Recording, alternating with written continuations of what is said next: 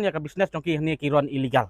Namar kata ngin penkut ya ka kam illegal, dah ka bangin sapoi kapor bangin keni no ya ki dukan jongki nakakti jongki bat ngin sa IT sya ki produk prasnam ki jongi ki kun jong ka bri nyau trap ki ba lenga ka wat kam wat jam lada kini ki barjela ki wan ban penyat bian ya ki kam khai pateng ki jongki ni kadon kam yang ai Trei muluk ki kun kasi kun khara bangin yo ya ka kam ka jam hapok ka ni ka iri la ni hapok ka ni ka jam ki kun kasi kun khara bangin yo ya ka kam ka jam hapok ka ni ka iri la ni hapok ka ni ka jaka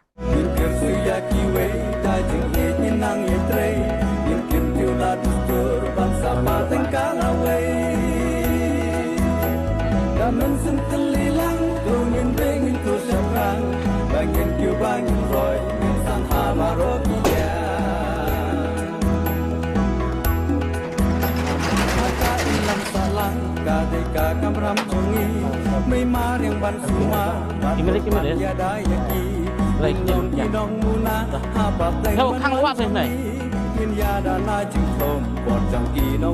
ayang nấu chữ này mình mặc khang nha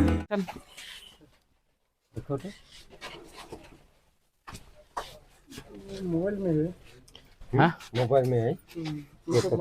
you for now you just close your shop first, then you apply the trading license, then after you got the trading license, then you open the shop. No buồn. No. So yang kami deh, beri hak kang su kray tendong dia. Bara tau na ini sang tau kini di waktu. Halo bhai. Halo bhai. Luat thế này. Cái này đây cầm bên mi. So last time you told us that you will apply the trading license and you claim that you are the owners of this shop, and now you transfer this shop to her name. Now she is the owner. Before also she was the owner.